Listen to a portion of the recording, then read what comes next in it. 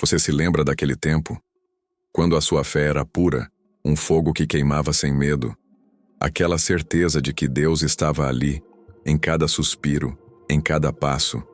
Então, você foi ensinado a canalizar essa fé, a colocá-la em caixas, em rituais que prometiam aproximá-lo do divino. Mas com o tempo, as caixas se fecharam, e a aproximação virou distância. As promessas de um amor sem limites deram lugar a um catálogo de regras, a um medo de errar que sufoca a alma. Você passou a crer que sua oração só seria ouvida se dita de um jeito específico, em um lugar específico, por uma pessoa específica. E o que era para ser libertação, virou um fardo pesado. Pensa bem, quantos anos você carregou o peso da expectativa alheia? Aquele sorriso forçado na igreja, o amém dito sem sentir, a busca por uma aceitação que nunca chegava. Eles te disseram que era o caminho para a salvação, mas cada passo parecia te afastar mais de você mesmo, daquele primeiro amor que te trouxe para perto. E a Bíblia, que era para ser luz, virou um manual complexo, interpretado por poucos, para o benefício de alguns. Você sentiu isso, não é? A sensação de que algo essencial estava sendo roubado. Então você começa a questionar. Aquele sussurro dentro de você, aquela voz que te lembra que a verdade não pode ser tão complicada, tão restritiva. Os guias, os pastores que deveriam te conduzir, parecem mais preocupados em manter o rebanho dentro do cercado do que em levá-lo a pastos verdes. Eles te mostram um Jesus de mármore, intocável, distante, que se encaixa perfeitamente nos seus púlpitos dourados. Mas não é o Jesus que senta à mesa com pecadores. Não é o Jesus que confronta os fariseus. Não é o Jesus que você sentia no seu coração, quando a fé ainda era só tua. E é aí que a tensão cresce. Você começa a ver as rachaduras na parede, as cordas invisíveis que te prendem. Aquela fé inabalável que você tinha no início, antes que o sistema a transformasse em algo frágil e condicional, parece ressurgir com força. Uma pequena chama que arde de novo.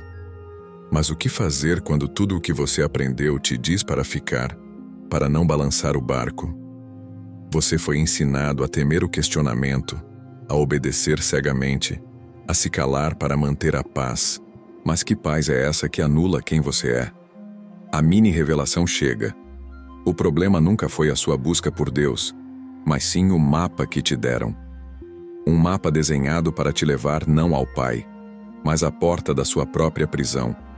Eles te venderam uma liberdade condicional, uma salvação com asteriscos, onde você precisa pagar, obedecer e se conformar para ser digno. Mas o Messias nunca cobrou pedágio na ponte para a graça. Ele simplesmente abriu os braços e disse: venha. Você já parou para pensar em quem realmente se beneficia da sua conformidade, da sua culpa e do seu medo de sair da linha? Este é o teu deserto. Você está lá agora, talvez sem perceber, assim como o povo que se libertou do Egito precisou de 40 anos para que a mentalidade escrava morresse. A verdadeira liberdade não está em seguir cegamente, mas em ver com os próprios olhos. Não está em obedecer a homens, mas em responder ao chamado que queima dentro de você. Uma liberdade que te desafia a questionar, a sentir, a buscar um caminho que eles tentaram apagar. Você vai continuar a carregar o peso de uma religião que não te representa? Ou vai ousar dar o primeiro passo para fora do Egito que te aprisiona? A resposta pode estar na sua própria ousadia de olhar para além das muralhas. Você deu o primeiro passo, não deu? Sentiu aquela fagulha acender no peito, aquela inquietude que diz: existe algo mais. Mas e agora? Deixar o Egito é uma coisa, atravessar o deserto é outra. Eles te prometeram um caminho florido, um atalho para a terra prometida. Mas a verdade é que, depois de sair, o chão parece sumir debaixo dos teus pés. Onde antes havia o conforto das paredes, mesmo que sufocantes, agora há uma vastidão de areia e silêncio. Você se pergunta: será que fiz a escolha certa? Essa é a primeira grande batalha. A batalha contra as vozes que ainda ecoam de trás, tentando te puxar de volta para a escravidão que você pensava ter deixado. O conflito é interno, mas também externo, não é? De repente, aqueles que antes te chamavam de irmão ou irmã olham para você com estranheza, com desconfiança. As acusações chegam como flechas. Você se desviou. Você perdeu a fé. Eles não entendem que você não perdeu a fé, mas sim a ilusão. Você não se desviou. Você despertou. E nessa solidão do despertar, você se vê sozinho, buscando a voz de Deus em meio ao barulho dos julgamentos. Não é fácil abandonar o que sempre foi familiar, mesmo que fosse falso, pois o familiar, ainda que doloroso, traz uma estranha segurança. A tensão cresce quando você percebe que a verdadeira ameaça não era o mundo lá fora, mas o sistema que se infiltrou naquilo que deveria ser sagrado. As máscaras começam a cair. Aqueles que te diziam "assim diz o Senhor", na verdade diziam "assim diz a minha conveniência".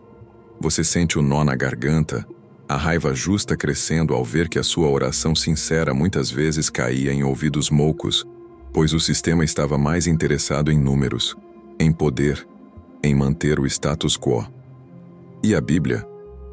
Aquela fonte de vida transformou-se em arma nas mãos de quem queria controlar. Você já sentiu essa facada no peito? A de ser enganado por quem você confiava. Então vem a mini revelação, como uma brisa no deserto que te acorda para a verdade. A Terra Prometida não é um lugar físico, não é uma denominação, nem mesmo uma edificação. É um estado da alma, um relacionamento direto e sem intermediários com o Messias. É a liberdade de ser quem você é, de amar, de errar e de se levantar, sem o peso da condenação. É a compreensão de que a fé inabalável não vem de seguir regras, mas de confiar no Pai, mesmo quando a paisagem é árida. É a certeza de que a presença de Deus está em você, não presa em 4 paredes. Isso te dá um fôlego novo, não dá? Essa liberdade que você começa a sentir é um tesouro que não tem preço.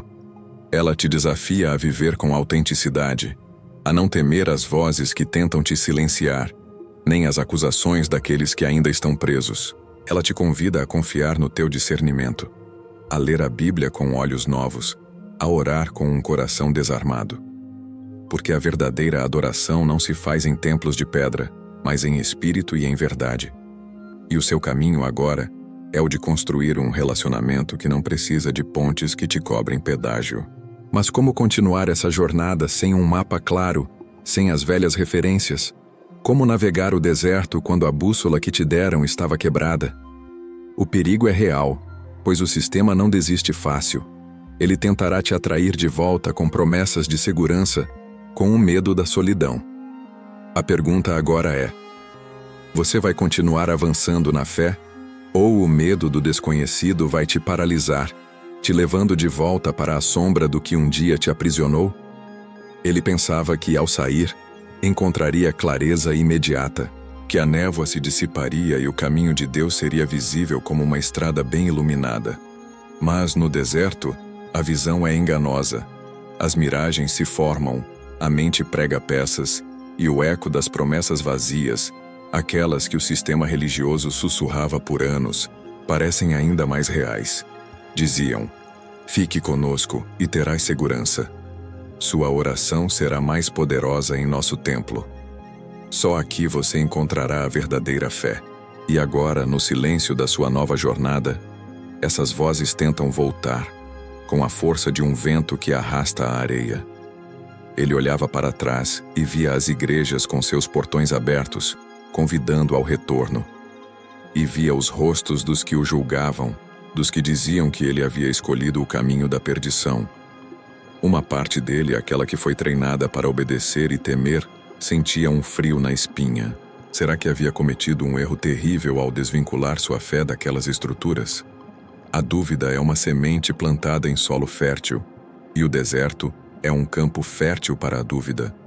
Não havia mais a aprovação dos líderes, nem os rituais que davam uma falsa sensação de controle. O que resta quando tudo isso desmorona? A tensão crescia na alma dele. A Bíblia, que antes parecia um livro sagrado com interpretação restrita a poucos, agora se abria, mas exigia um novo olhar, sem as lentes embaçadas da doutrina. Ele percebia que muitas verdades que aprendeu eram, na verdade, ferramentas de controle, desvirtuadas para manipular a mente e a consciência. Ele via que o verdadeiro anticristo não era uma figura distante, mas o espírito que distorce a palavra para dominar, para aprisionar. Era uma revelação dolorosa, como arrancar uma bandagem de uma ferida antiga. Tudo aquilo que parecia sólido, agora se revelava uma ilusão. A mini-revelação veio, não em um sermão, mas em um momento de solidão, sob o céu estrelado do deserto. A verdadeira fé inabalável não se apoia em homens, em rituais ou em construções humanas. Ela se ergue sobre a rocha de um relacionamento puro e pessoal com o Criador.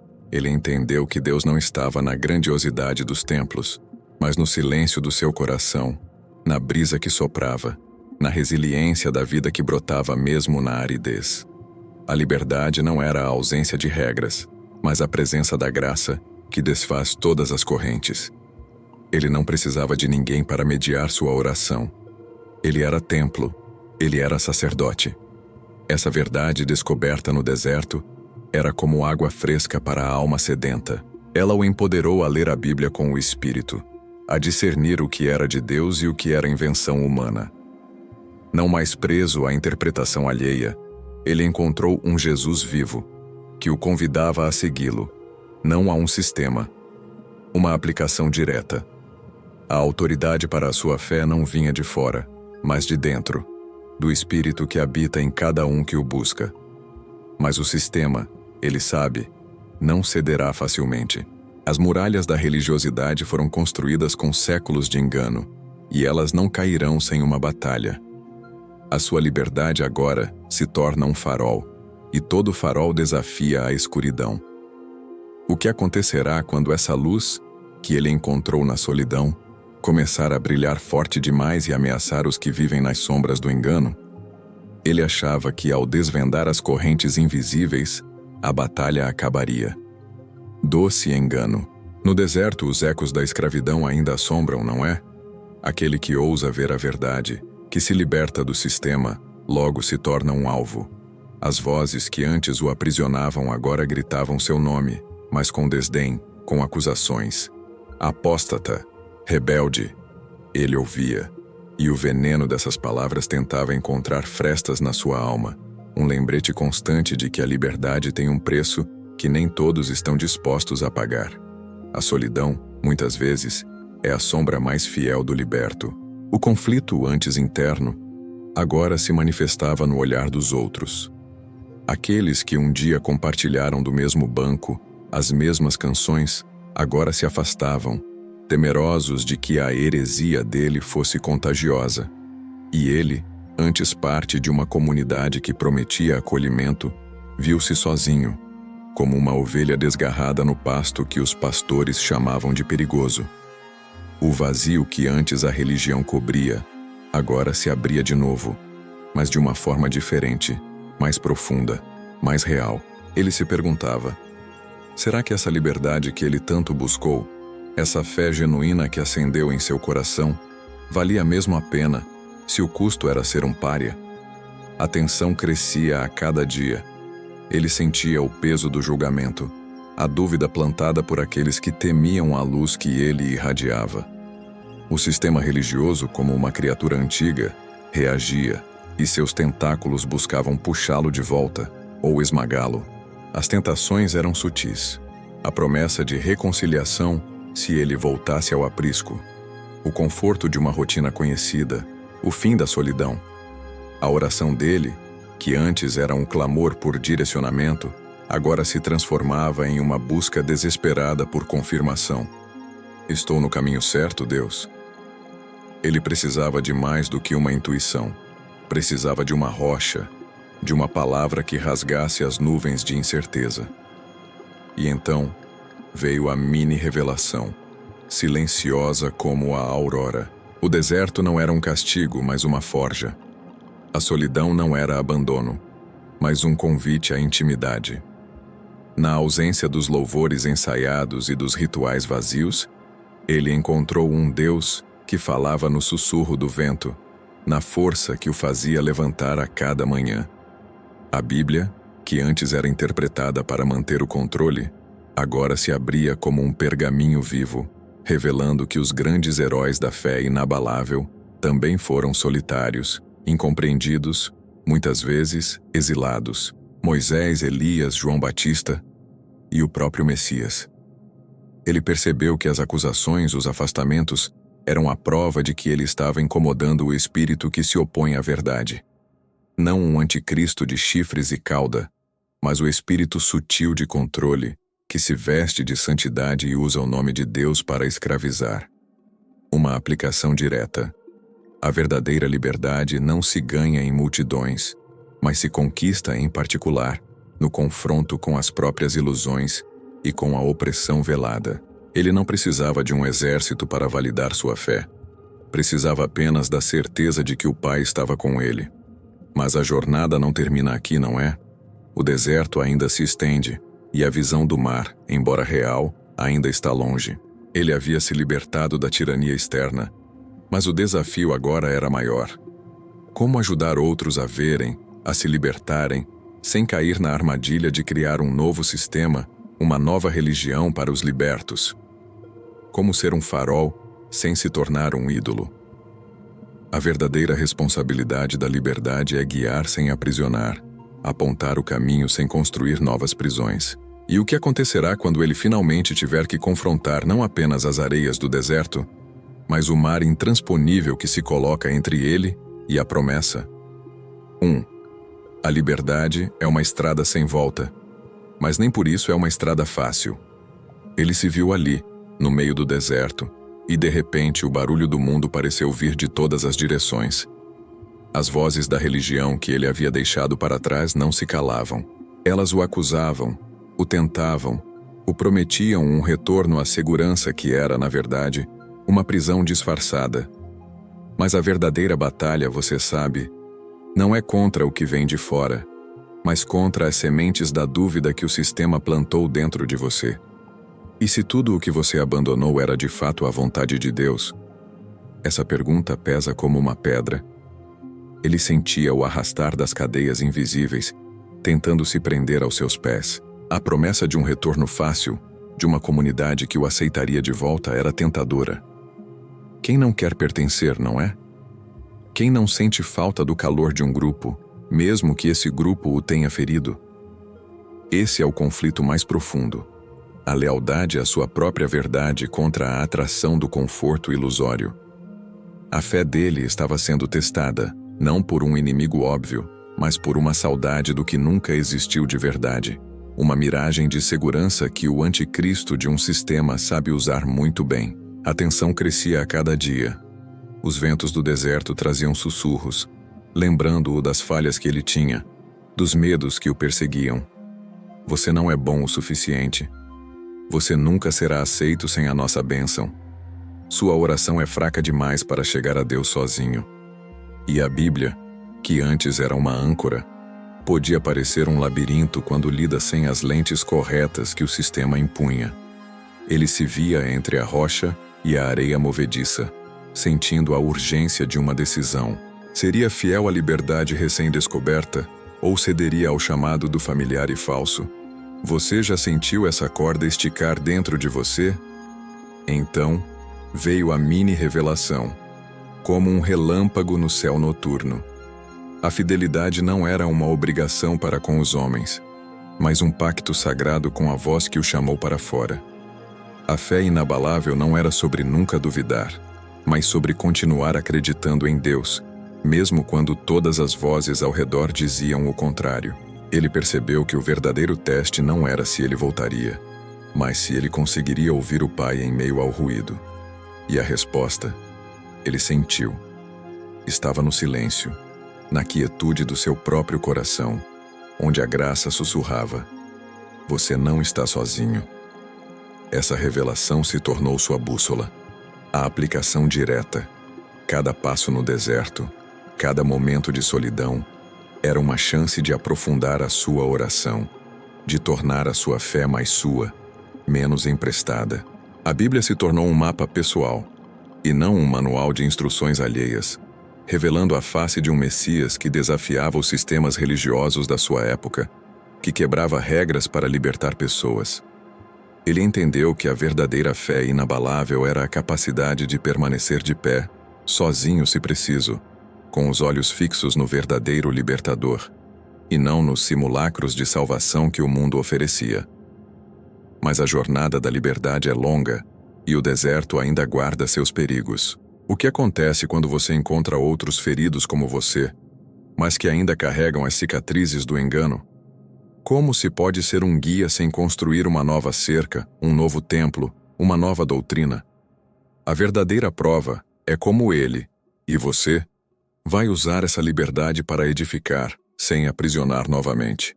E o que acontece quando a promessa de uma terra onde o leite e o mel fluem parece tão distante quanto o próprio horizonte? Digite 1 para escrever o próximo tópico, ou digite as alterações que deseja. Você se libertou, encontrou a verdadeira fé, sentiu a voz de Deus no deserto. Mas a liberdade não é um destino, é um chamado contínuo, não é? E com ela, vem uma responsabilidade pesada. Você olha ao redor e vê outros ainda presos nas teias do sistema, cegos pela mesma manipulação que um dia te enganou. O coração dói. Como ignorar o clamor daqueles que você deixou para trás, ou que você encontra pelo caminho, feridos e perdidos, buscando a mesma verdade que te libertou? O desafio agora não é apenas caminhar, mas guiar sem se tornar o novo guia cego. O conflito é sutil, mas profundo.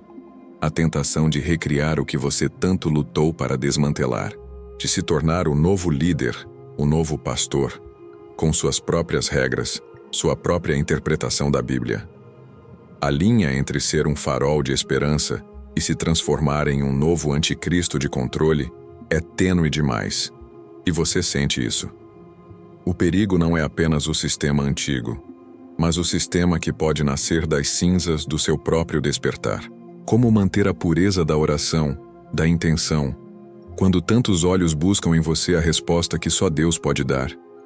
A tensão cresce quando as pessoas começam a se aproximar, buscando em você um novo porto seguro.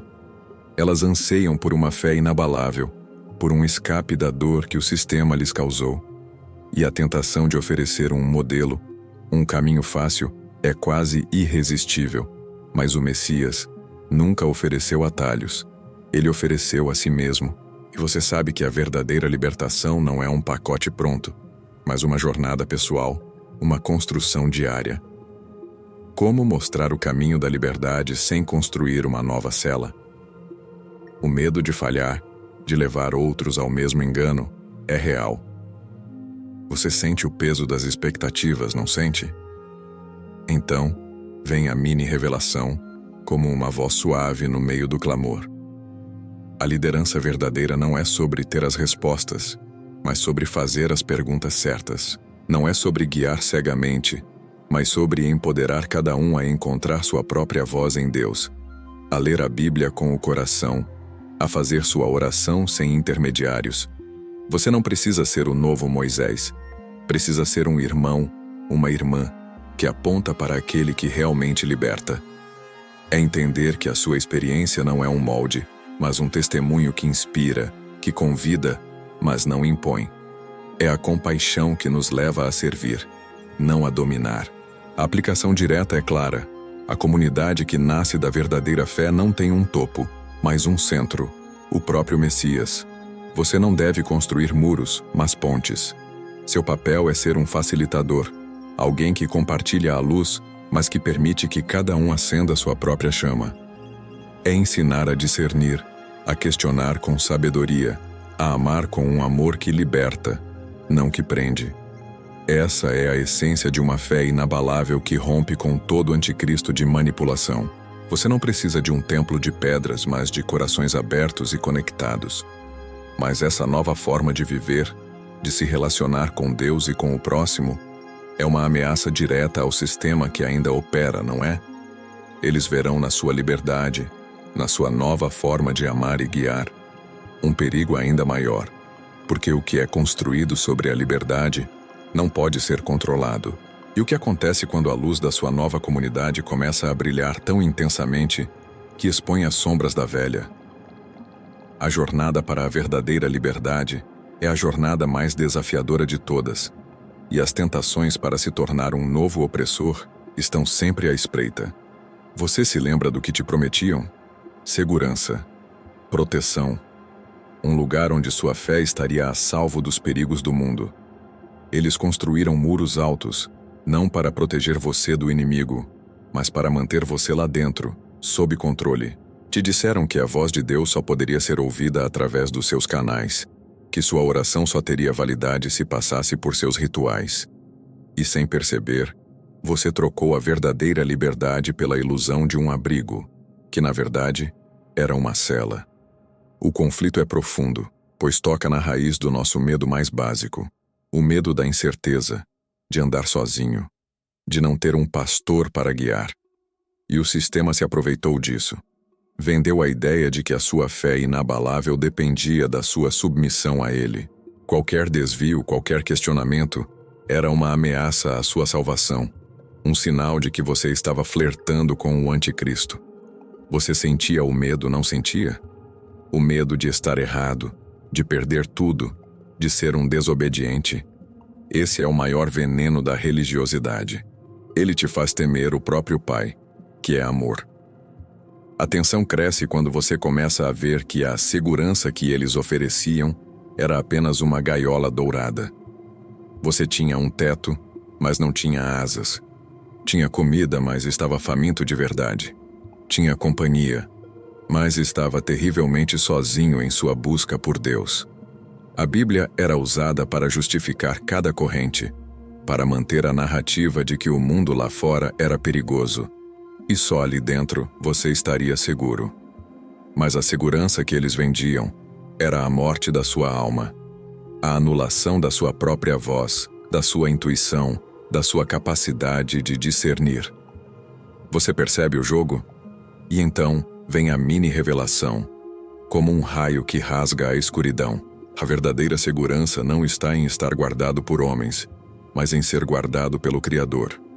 A fé inabalável não é a ausência de perigos, mas a certeza da sua presença em meio a eles. Não é a promessa de um caminho sem espinhos, mas a garantia de que ele caminhará com você por cada um deles. Ele não te esconde do mundo, ele te capacita a enfrentá-lo. A oração mais poderosa não é a que implora por proteção do sistema, mas a que clama por coragem para viver a liberdade que ele já te deu. A aplicação direta é libertadora. A segurança que você busca não está em um lugar físico, em uma instituição ou na aprovação de líderes. Ela está no seu relacionamento íntimo com o Messias, na sua fé inabalável que te ancora nele. É entender que ele não te promete uma vida sem lutas, mas te garante a sua presença em cada uma delas. Ele te convida a confiar nele, e não em homens. Ele te chama para ser livre, não para ser domesticado. Mas e agora? Você viu a mentira da segurança que te aprisionava. Você sentiu o vento da verdadeira liberdade. Mas o que fazer com aqueles que ainda estão lá, acreditando na miragem? Como ser um arauto da verdade sem se tornar um novo opressor? E o que acontecerá quando a sua própria liberdade começar a expor as rachaduras no sistema que prometeu segurança, mas entregou escravidão? Você pensa que, ao sair, o deserto é o maior desafio? Que a sede e a solidão são as únicas batalhas? Não. O verdadeiro teste vem quando o sistema que você deixou para trás percebe que sua ausência não é um desvio, mas uma ameaça. Eles não conseguem te entender. Para eles, sua fé deveria estar contida, sua oração padronizada e sua Bíblia interpretada por seus especialistas. Mas você descobriu que a voz de Deus não precisa de amplificador humano para alcançar seu coração, não é? E essa descoberta é explosiva. O conflito agora se torna uma guerra declarada, embora velada. Não com armas, mas com palavras. Eles te atacam com acusações, com fofocas disfarçadas de preocupação espiritual. Te chamam de rebelde, de arrogante, de alguém que se deixou levar por um espírito de anticristo. E a dor é real, porque muitas dessas vozes já foram a sua, ou de pessoas que você amou e respeitou. Você se vê diante do espírito de Faraó, que não só não quer te deixar ir, como também não quer que você seja livre de verdade. Mas no fundo você sabe. A verdadeira blasfêmia não é questionar homens, mas duvidar de que o Messias é suficiente para te guiar. A tensão cresce quando você se dá conta de que não está apenas vivendo a sua liberdade, você está testemunhando-a. E isso incomoda. Incomoda quem vive do medo, quem prospera na ignorância alheia. A sua fé inabalável, construída na rocha e não em doutrinas humanas, se torna um espelho que reflete as rachaduras da estrutura deles. Eles não querem que você leia a Bíblia com o coração aberto, sem as lentes que eles te impuseram. Não querem que você descubra que a autoridade vem de um relacionamento íntimo, e não de um título ou um púlpito.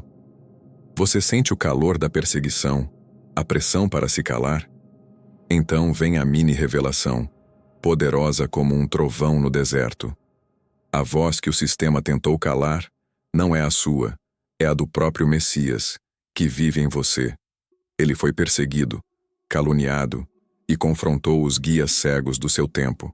Sua oração não é mais um pedido desesperado, mas uma afirmação de identidade, um grito de liberdade que ecoa o próprio Evangelho. Você não está sozinho nessa batalha. O próprio Libertador está ao seu lado, te dando a força para não ceder. Ele te ensina que a verdadeira autoridade é o amor que liberta, e não o poder que oprime. A aplicação direta é clara e desafiadora. A sua vida, a sua fé, a sua liberdade são o seu púlpito. Você não precisa de megafones, de rituais pomposos ou da aprovação de qualquer sistema para validar a sua conexão com Deus. Cada passo seu é um ato de adoração. Cada palavra de verdade que você compartilha é uma semente. Use a Bíblia como um mapa, não como uma jaula. Deixe sua oração ser o elo mais forte com o Pai, e a sua fé inabalável a armadura contra todas as mentiras. Você é a voz que ecoa a verdade, que desafia o engano, que aponta para o único que pode realmente salvar. Mas o confronto com o sistema é implacável. Eles tentarão te descreditar, te isolar, te fazer duvidar da sua própria sanidade. O que acontecerá quando a sua voz, a voz da liberdade, começar a inspirar outros a questionar, a sair, a desafiar as mesmas correntes que um dia prenderam você? O sistema se sente ameaçado. E ameaça é um gatilho para ações desesperadas. Você está pronto para se tornar um farol em meio à escuridão, mesmo sabendo que um farol atrai tanto os navegantes perdidos quanto as tempestades? Ele pensou que, ao se libertar, a batalha seria dele e de Deus. Doce ilusão. As ondas de liberdade que ele e outros como ele começaram a levantar não passaram despercebidas. O sistema, como uma besta ferida, rugiu. Aqueles que antes sussurravam suas preocupações em seu ouvido, agora gritavam acusações em praça pública, usando cada palavra da Bíblia, torcida e descontextualizada, como uma arma. A liberdade para o sistema é a maior das ameaças, porque ela expõe a sua própria prisão.